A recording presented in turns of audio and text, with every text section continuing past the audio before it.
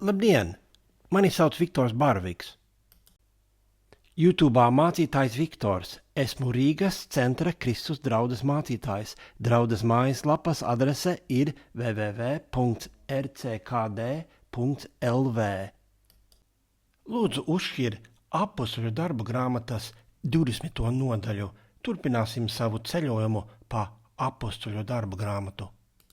Šis sprediķis izmantos sekojošos avotus, vai arī daļu no tiem, sevišķi it īpaši Jasona Heigoda sprediķi.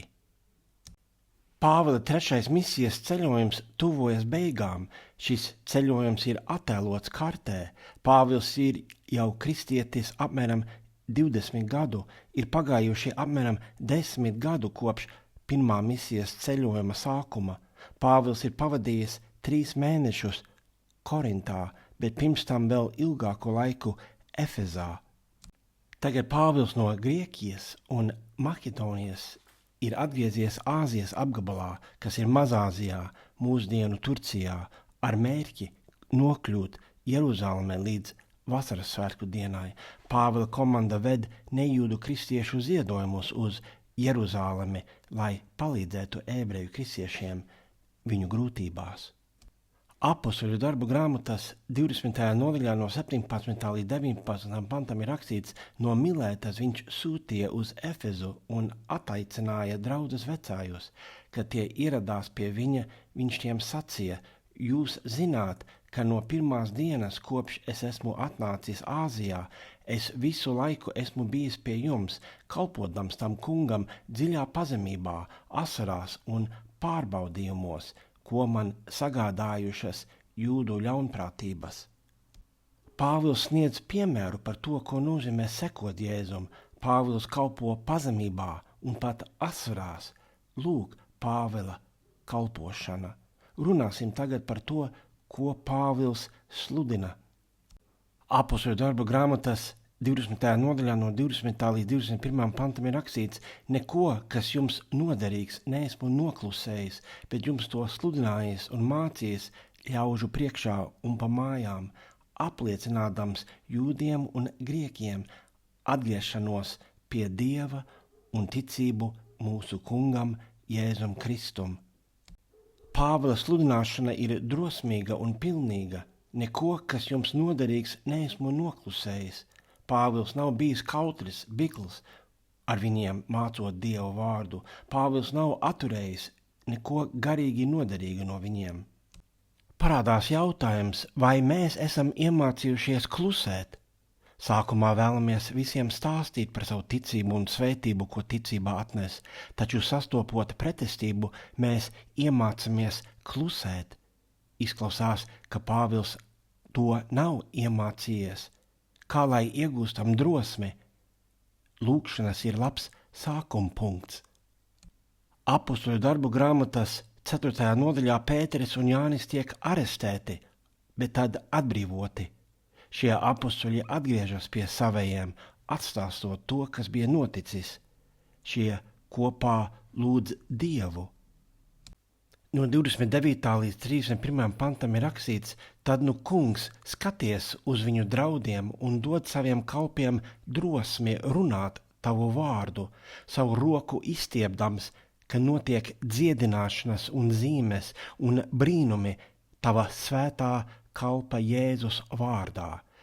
Kad viņi beidza Dievu lūgt, vieta, kur tie bija sapulcējušies, nodrebēja, un tie visi kļuva svētā gara pilni un drošu sirdi runāja Dieva vārdu. Ja tu apzinies, ka neesi drosmīgs evangēlija sludināšanā, ja esi pakļāvies dresēšanai klusēt, tad lūkšanas ir piemērots pirmais solis, ko spērt lietas labā. Kad viņi beidza Dievu lūgt, vieta, kur tie bija sapulcējušies, nodrebēja, un tie visi kļuva svētā gara pilni un drošu sirdi runāja Dieva vārdu. Dievs atbild uz lūkšanu. Dievs dod man drosmi, jo evangēlija vēsts sastaps pretestību, un Dievs dod tev drosmi. Vēstulē Efeziešiem 6. nodaļā no 18. līdz 20. pantam Pāvils raksta: ar visām lūgšanām un lūgumiem lūdziet Dievu garā ik brīdi. Tai pašā nolūkā esiet nomodā un pastāviet savās aizlūgšanās par visiem svētājiem, arī par mani, lai mana mute droši atvērtos runai un es bez bailēm varētu sludināt evangēlija noslēpumu. Viņa važās kaltais vēstnieks es esmu, un to gribu sludināt bez bailēm, kā man tas pienākas. Pāvils ir supervaronis, kam nav kārdinājuma klusēt? Tad kādai Pāvils lūdz lūgšanas lietas labā? Dievs Pāvilu spēcina. Vēstulē romiešiem 10. nodaļā no 1. līdz 4. pantam Pāvils raksta: brāļi, mana sirds vēlēšanās un mans Dieva lūgums par viņiem ir, lai viņi tiktu izglābti, jo es dodu viņiem liecību, ka viņi deg par Dievu, bet bez izpratnes, jo aplam saprastami Dieva taisnību, viņi centušies celt savējo un Dieva taisnībai nav pakļāvušies, jo bauslības gals ir Kristus. Viņā iegūst taisnību ik viens, kas tic. Pāvils to raksta par saviem reliģiozajiem tautiešiem, kuri netic evangēlijam. Ir reliģiozi cilvēki, kas ir aktīvi, drosmīgi, bet ja cilvēks nedalās evangēlijā, tad cilvēks tikai trokšņo. Pasaule ir pilna ar trokšņiem. Nepietiek ar drosmi, ir jābūt patiesībai, ir jābūt gudrībai, kā dalīties patiesībā. Bet jums to sludinājis un mācījis ļaužu priekšā un pa mājām. Dalīties publiski un privāti, abi divi veidi ir piemēroti draudzēji gudrībā. Vai tu meklē veidus, kā efektīgi dalīties evangēlijā? Lūk, īstais jautājums. Sludināt evangēliju bez liekas konfrontācijas, kaut gan evangēlijs patiešām sākumā apsūdz. Drosme, kas negudri vairo nevajadzīgu konfrontāciju, nebūs tik efektīva, kā varētu būt. Ar drosmi, mīlestību, pacietību, lūgšanām, gudrību, lai vairotu efektivitāti. Vai tu esi efektīvs evangēlijā, jeb tev trūks drosmes, gudrības, pacietības, lūgšanas, mīlestības, intereses? Apostļu darbu grāmatās 16. nodaļā Pāvils un Sīla tiek apcietināti Filipos. Apostļu darbu grāmatās 16. nodaļā no 25. līdz 28. pantam ir rakstīts: un ap nakts vidu Pāvils un Sīla Dievu lūdza un slavas dziesmas dziedāja, un tie, kas bija cietumā, uz viņiem klausījās. Piepeši notika liela zemestrīce, tā, ka cietuma pamati sakūstējās, tūdaļ atvērās durvis un visiem nokrita važas, bet cietuma sargs uzmodies un redzēdams cietuma durvis atvērtas, izrāva zobenu un gribēja nonāvēties, domādams, ka cietumnieki izbēguši. Bet Pāvils skaļā balsī sauca, sacīdams: nedari sev nekā ļauna, jo mēs visi esam šeit.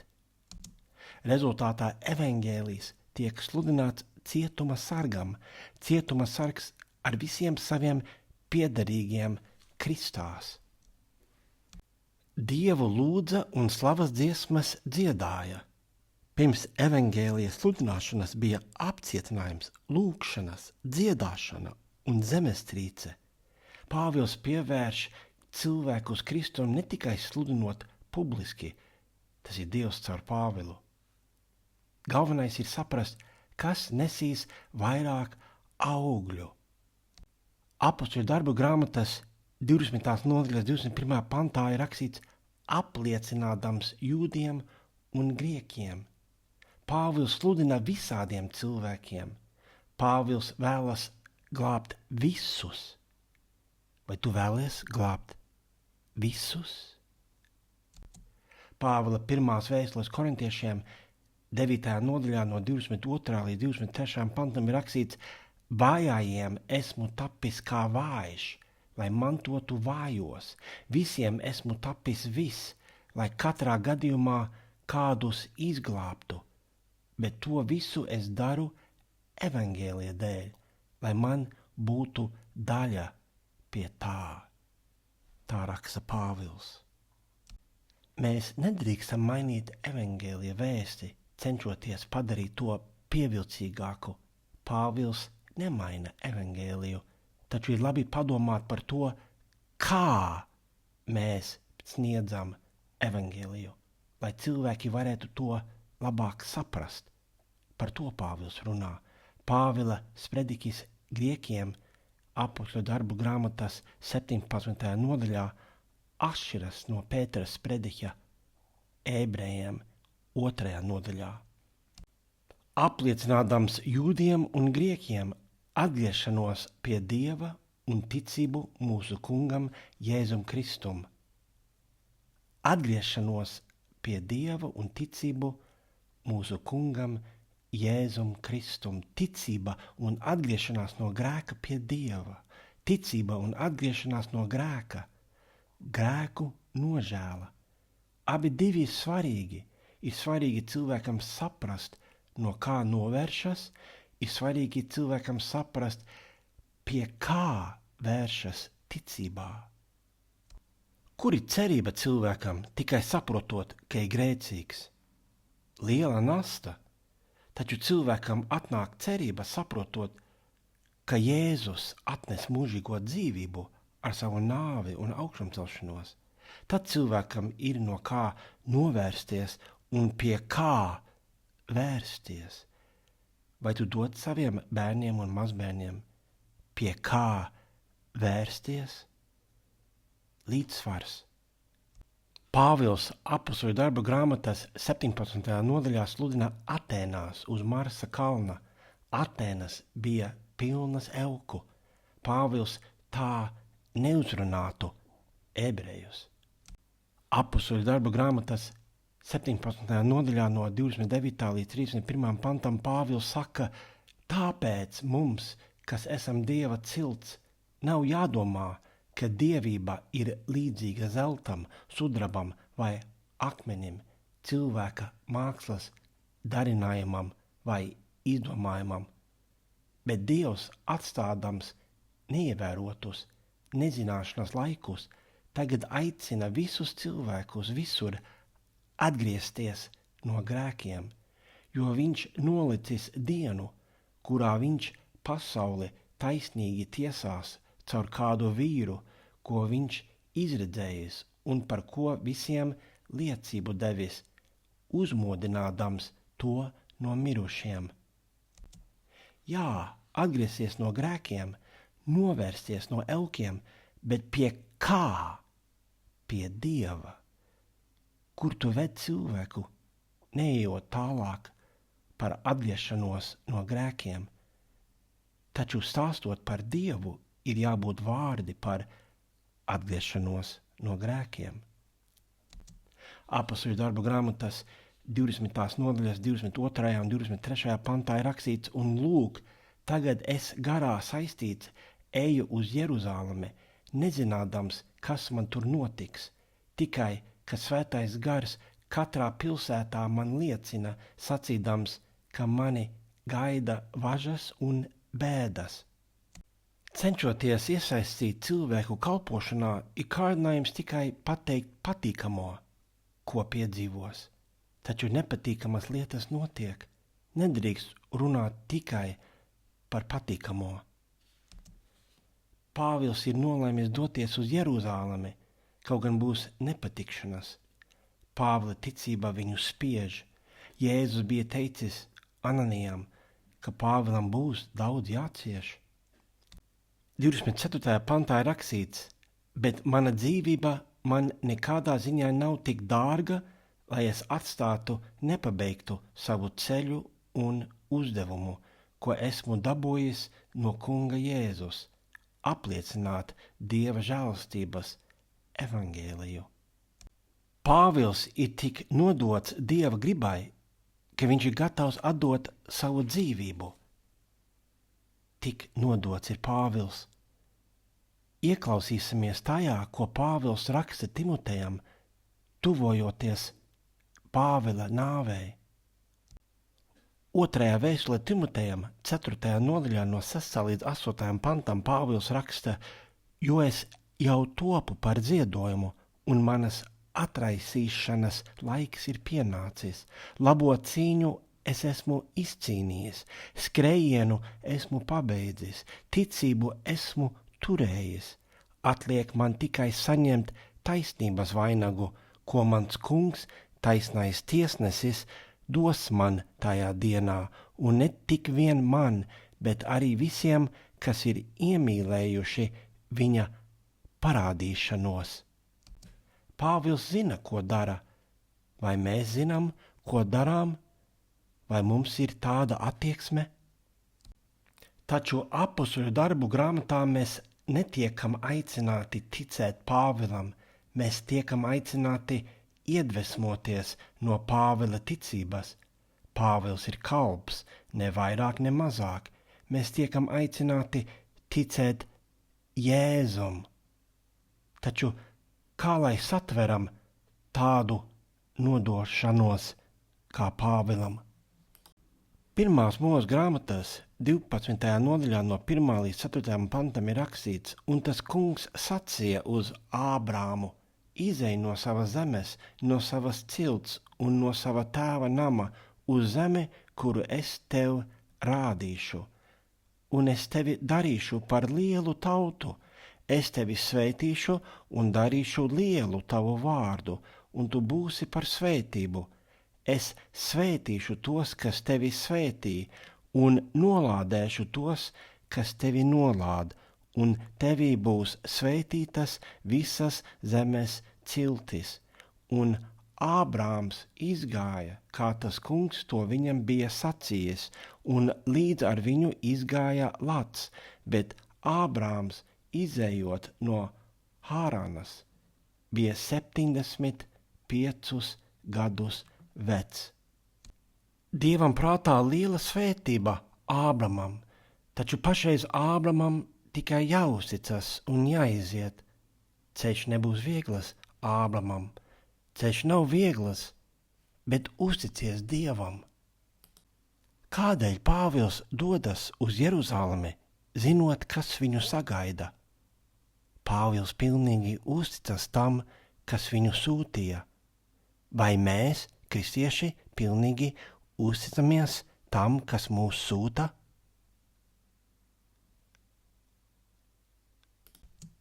Es aicinu jebkuru, kas nav vēl kļuvis par kristieti, to izdarīt Bībeles noteiktajā veidā, tā saņemot grēku piedošanu un svēto garu. Skaties lūdzu rakstu Patiesība par jūsu pestīšanu draudzes mājaslapā. Un video evangēlijas Labā vēsts YouTube kanālā Mācītājs Viktors. Lai Dievs tevi pasargā, lai Dievs tevi bagātīgi svētī.